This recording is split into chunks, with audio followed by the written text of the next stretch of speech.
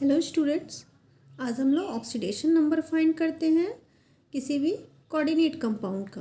तो देखिए यहाँ हमारे पास सेंट्रल एटम है। सेंट्रल एटम Fe है, क्योंकि कोऑर्डिनेशन कंपाउंड में हम लोग क्या करते हैं, किसी सेंट्रल एटम का ही ऑक्सीडेशन नंबर फाइंड करते हैं।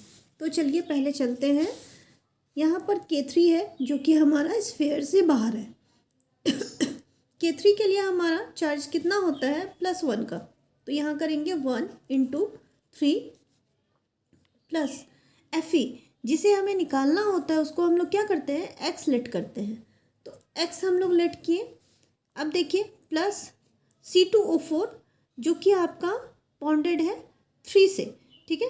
तो C2O4 इस पर हमारा चार्ज क्या होता है, C2O4 कह सकते हैं हम लोग C डबल बॉन्ड, इस पर आपका चार्ज होता है -1 और ये C डबल बॉन्ड, इस पर आपका चार्ज होगा -1।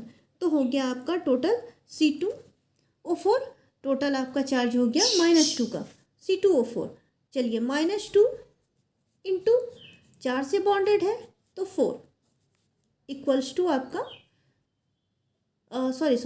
3 से बाउंडेड है तो ये आपका 3 हो जाएगा इक्वल्स टू 0।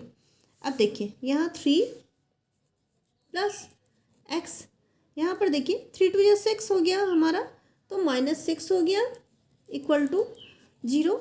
हम लोग यहाँ माइनस कर रहे हैं, प्लस माइनस माइनस हो गया, माइनस करने से हमारा आ रहा है x -3 इक्वल टू 0।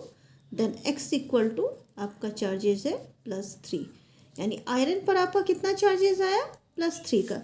इसी तरह से हम एक और कंपाउंड देखते हैं। ये हमारा कंपाउंड है Na2Cr(F4O)। अब देखिए, चूँकि हमने आपको क्या कहा, सेंट्रल एटम का होता है। सेंट्रल एटम जो कि D या F ब्लॉक किसी से भी हो सकता है। तो Na2, अब यहाँ पर देखते हैं Na2 पर हमारा Na के लिए चार्ज कितना होता है, +1 का इंटू 2। अब जिसे भी हमें फाइंड करना होता है, यानी सेंट्रल एटम का जब हम लोग ऑक्सीडेशन नंबर फाइंड करते हैं तो वो हमारा क्या हो जाता है, x लेट कर लेते हैं। प्लस F पर हमारा कितना चार्ज होता है, -1 का, यानी -1 4, F4 है तो -1 × 4, ओके। प्लस ऑक्सीजन पर हमारा कितना चार्ज होता है, -2 का, ओके। चलिए देन अब हमारा क्या हो जाएगा, 2 से 1 को जैसे इंटू कर रहे हैं 2 हो गया, प्लस x -4 × 1 -4 -2 इक्वल टू 0। देखिए ये हमारा 2 -2 0 हो जाएगा, -4, यानी x -4 equal to 0। Then x equal to 4। तो हमारा क्रोमियम पर कितना चार्ज आया, हमारा +4 का चार्ज आया, ओके। चलिए नेक्स्ट कंपाउंड हम लोग करते हैं। ये हमारा है K4NiCN4। चलिए K4 जो कि हमारा काउंटर आयंस है, तो यहाँ पर K के लिए चार्ज हो जाएगा +1 का इंटू 4, प्लस मैंने आपको पहले ही बताया Ni जो कि आपका सेंट्रल एटम है, तो ये हमारा सेंट्रल मेटल एटम जिसे हमें निकालना है, तो इसे हम लोग x लेट कर ले रहे हैं। प्लस Cn पर हमारा क्या चार्ज होता है, -1 का इंटू 4 0। देखिए 4 प्लस x -4 0, तो Ni पर यहाँ पर चार्ज क्या हो जाएगा, 4 - 4 0, देन x इक्वल टू 0। तो यहाँ निकल के लिए हमारा चार्ज 0 बनेगा, ओके।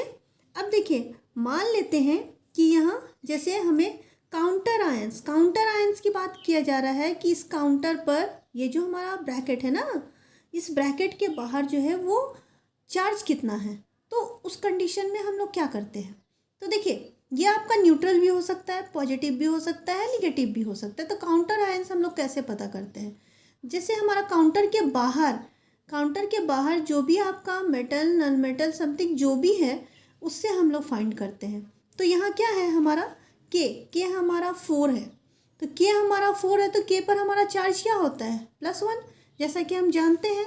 तो यहाँ पर मैं दिखा दे रही हूँ +1 × 4, तो हमारा क्या हो जाएगा +4 का चार्ज आया। अब देखिए +4 का आया तो काउंटर आयन पर इसके ठीक अपोजिट हो जाएंगे, क्या काउंटर आयन हमारा हो जाएगा -4 का। ओके, और यही चीज़ अगर माइनस का आता तो हमारा क्या हो जाता +4 का। इसी तरह से मैं अदर पर भी आपको शो कर दे रही हूँ, जैसे कि यहाँ पर हमारा है Na2 है, Na2 है तो यहाँ पर आपका Na के लिए कितना चार्ज होता है +1 का होता है, तो 2 × 1 ये हमारा करेंगे तो ये हमारा कितना आ जाएगा +2। जैसे कि हमने पहले ही आपको बताया कि अगर आपका प्लस का चार्ज आता है तो ठीक अपोजिट काउंटर आयंस बन जाता है, समझे आप। चलिए, इसी तरह के हमारे वीडियोस देखने के लिए आप हमें लाइक करें, सब्सक्राइब करें। Thank you.